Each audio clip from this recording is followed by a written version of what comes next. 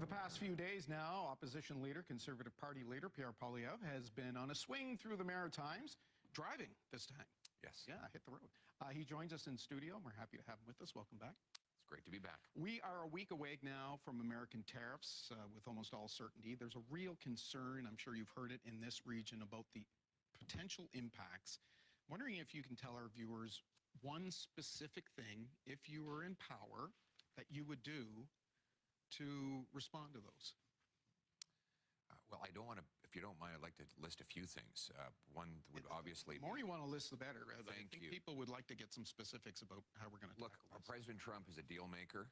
He wants to win, but we're both going to lose as Americans and Canadians if we get into a trade war. So what I would say is, how do we position the decision for him so that he understands that America can only win if it allows open, unbridled free trade with Canada? So I would retaliate, and I would target products and services that A, we don't need, B, we can make ourselves, and C, that we can buy elsewhere so that we maximize impact on the Americans while minimizing impact on Canadians. Secondly, I would pass an emergency, bring it home tax cut on work, investment, making stuff in Canada, energy, home building, so that we can stimulate more economic growth here. Three, we need to become more self-sufficient. That means knocking down barriers, more interprovincial free trade. We have freer trade with the Americans today than we do with ourselves. We have to knock down those barriers, build pipelines, LNG liquefaction facilities to sell our stuff to the world without having to go through the Americans. If they're going to be an unreliable trade partner, we've got to find ways to sell more to ourselves and more to the rest of the world. Do you see it as a dollar-for-dollar retaliation? I would say so, yeah. It has to hit hard.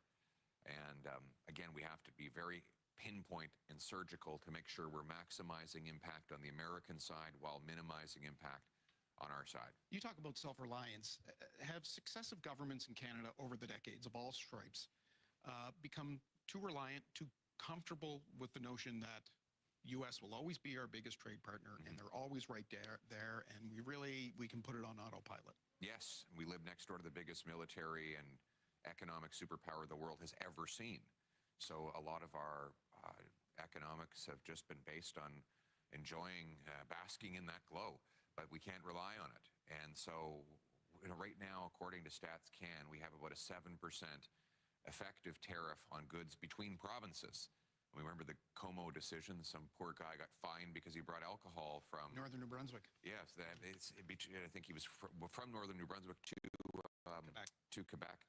And we got to knock down those barriers. We have to approve resource projects that allow us to get our stuff to market without going through the States. Right now, we are importing oil from the Americans and the Saudis in the East at world prices, and we're selling it to the Americans at discounts in the West. It's a crazy business model. We need pipelines, we need LNG plants, we need to approve resource projects quickly so that we can become self-reliant and start making things here in Canada. It's been brought up by Alberta Premier Daniel Smith and recently by Premier Tim Houston just this week, the idea of reviving Energy East. But industry has moved on. You know, TransCanada Pipeline, who was the big proponent behind it, it's basically gone. They're TC. They took Canada out of their name. Right. They don't. They're in Texas now. Yeah, and no one seems to be willing to take the risk. Is that project dead? And Quebec has said it would never go through Quebec, by the way. Well, it's a shame that the Liberals killed that project. Did the Liberals kill it, or did TransCanada kill it? The Liberals killed it. TransCanada didn't put $1 billion into trying to get the project done just to throw up their hands and walk away.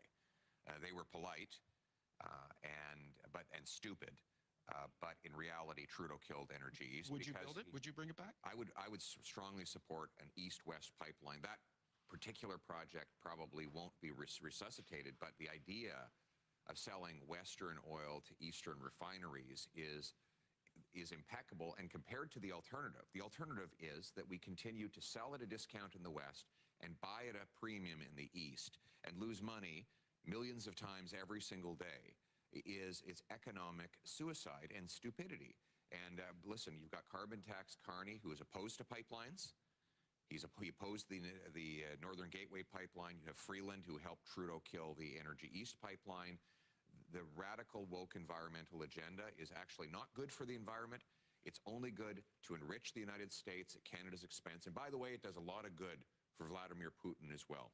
Premier Tim Houston said this week, he issued something of a vision for the province, and he said that it needs to be more self-reliant. And he would like to see mining, extraction of natural resources move quickly. Yes. Would you, if in government, change regulations or remove regulations for speedy approvals? Yes, I will repeal the anti-development Liberal law C-69, under which it now takes an estimated 19 years to get a mine approved. So here we are with the 5th biggest supply of lithium in the world. We don't mine lithium. We have the 6th biggest supply of natural gas on planet Earth. We don't export a single cubic foot of it overseas. We have the most uranium, the most potash. The list goes on, but because our laws are designed to block projects from proceeding, businesses don't put their money here. We've lost $500 billion in net investment from Canada to the U.S. This is Canadian money building mines, pipelines, business centers, factories, with paying American workers with our money. I will bring it home. We will repeal C-69. My goal is to have the fastest permits for mines anywhere in the developed world. Let me ask you about transfer payments, because that's obviously another concern here. And again, Premier Houston of Nova Scotia brought this up early in the week, and he basically telegraphed to Nova Scotians that, look, regardless of who forms the next government, we should be ready for fewer transfer payments to the province. If you were to be Prime Minister, will you cut transfer payments to maritime provinces? That's not in my plan. What my plan is to enrich the maritime provinces by making... So you won't cut them? I'm not proposing cuts. What I'm proposing is to grow the economy so that provinces... So we have provinces that are have-not can become have provinces. And there's no reason why the maritime provinces cannot move into the have category by unleashing more production of resources, by approving pipelines, natural gas production and liquefaction through a massive tax cut. We need a big tax cut on energy, investment, home building, making stuff in Canada. All of that can make Nova Scotia, New Brunswick, and all of the provinces actually could move into the have category. And under the formula, that would make it all more affordable for the Canadian taxpayer. You've been calling, of course, for an axe the tax election. Yes. Has some of the steam been taken out of that message? Because your likely competition, the two leading candidates in the Liberal leadership race, have both suggested that they'll take the consumer carbon piece out. You believe them? Tax out. Well, it doesn't matter what I think. You're the one who wants to be Prime Minister.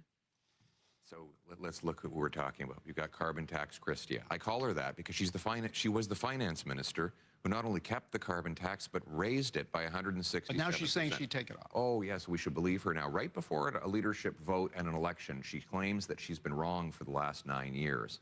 She even bragged that she raised the carbon tax during an inflation crisis. And then you have carbon tax Carney, who's been Trudeau's economic advisor for the last 4 years. He complained the carbon tax wasn't high enough. And now, right before the election, they'll tell you they've changed their mind. Well, here's what they're going to do. They're going to pause the carbon tax. They'll pause the carbon tax right before the election. And they'll say, forget all about the last 9 years. And then if they're reelected, they'll hike it higher than ever before. If you want to axe the carbon tax, if you want to take the GST off new homes so you can afford a place to live, you have to vote for the common sense Conservatives. Pierre Poilievre, thank you for coming in. Great to be with you. Good to see you. That, of course, is the leader of the Conservative Party of Canada, the opposition leader, Pierre Poilievre. We'll take a timeout. We'll be right back.